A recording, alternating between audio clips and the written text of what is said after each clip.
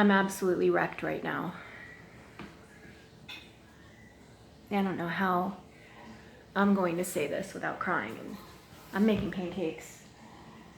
And I'm trying to be quiet because my kids are in the other room watching a movie, which I don't normally do, but I needed a few minutes. So if you know me, you know I'm writing a book. It's my second novel, and it's about a mother who has a child with autism, and at least in the first few chapters, she resents this child for being different.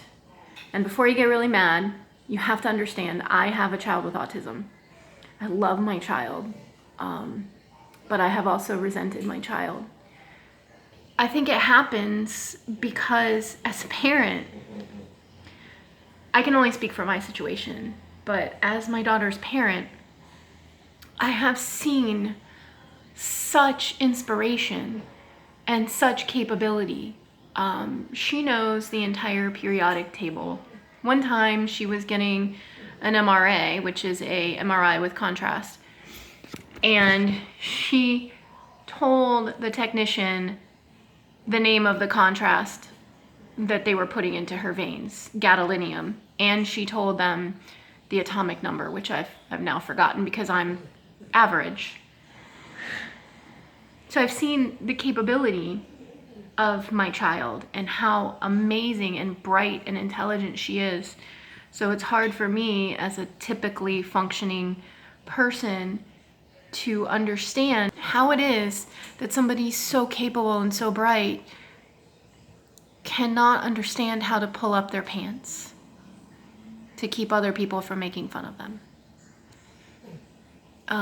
That's what in my book the mother is battling with in the opening scene, is like she sees these kids making fun of her daughter and she resents her daughter for being so bright and so capable and not being able to figure out how to pull up her own pants. And at the same time, she feels defensive and she wants to kill those teenagers who have everything: beauty, intelligence, ability, normalcy. And she simultaneously resents her daughter and the people who are making fun of her.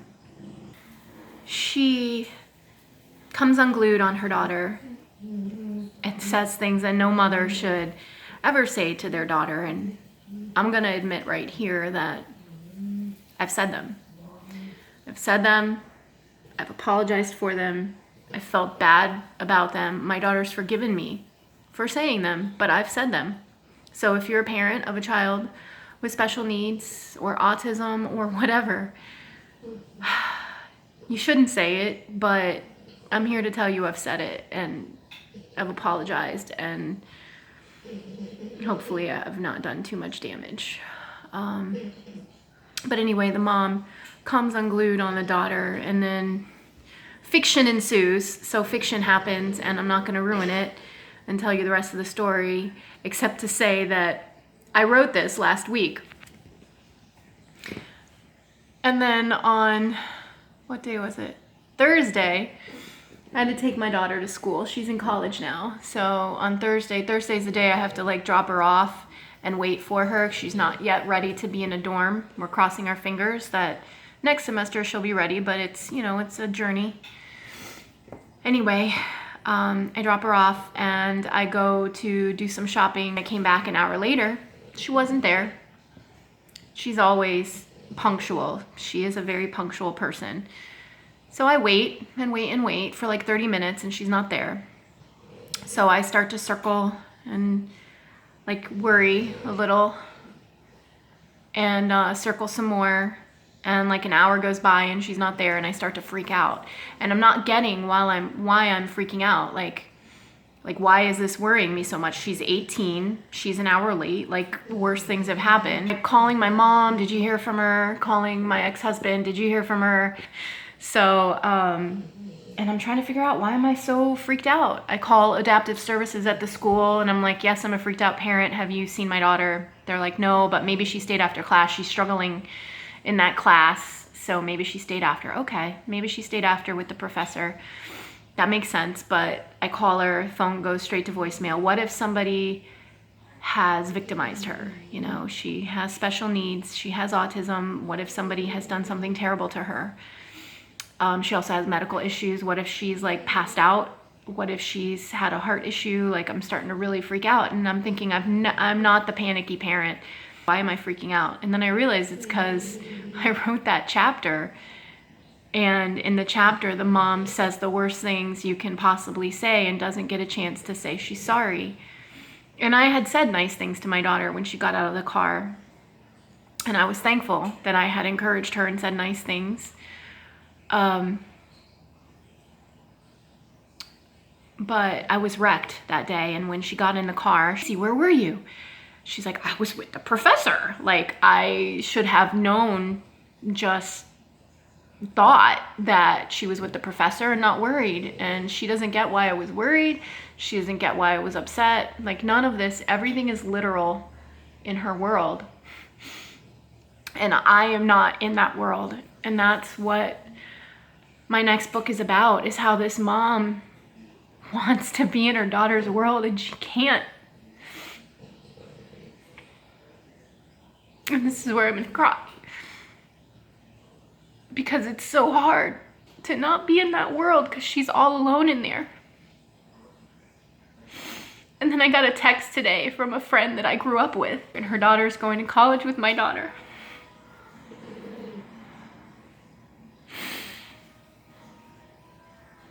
And she said that her daughter has seen this girl around school complimenting people on their clothes and their shoes. And immediately I know it's my daughter, because she'll be like, I like your shirt.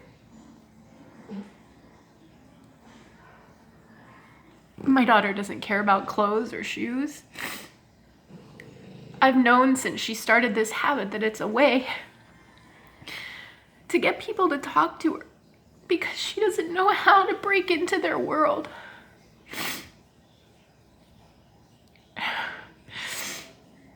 And this girl at college said to her mom, I don't know why, but people are mean to her. They ignore her, and she seems so nice.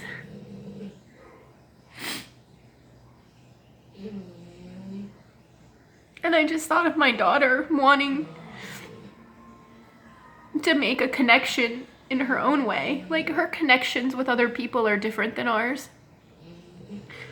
And I don't know if that'll ever change, but she's trying to make a connection.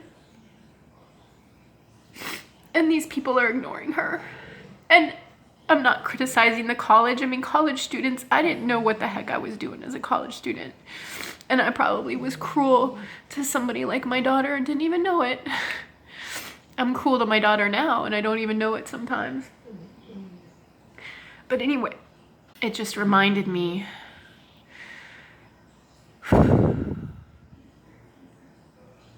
of my journey with her, and how I would love anything to get inside of her brain and understand what she's thinking and understand how to reach her. And that's probably the same thing that she's experiencing. Like, she would give anything to understand how to connect in her own way with people, because they're trying to connect with her in their way. And it's like she speaks a different language. But anyway, that wrecked me this week. Writing fiction ain't for sissies, people. So anyway, I'm Julie Christian. I write fiction that makes me cry. And subscribe to my channel to hear more about my fiction or my crazy family. And have a great day.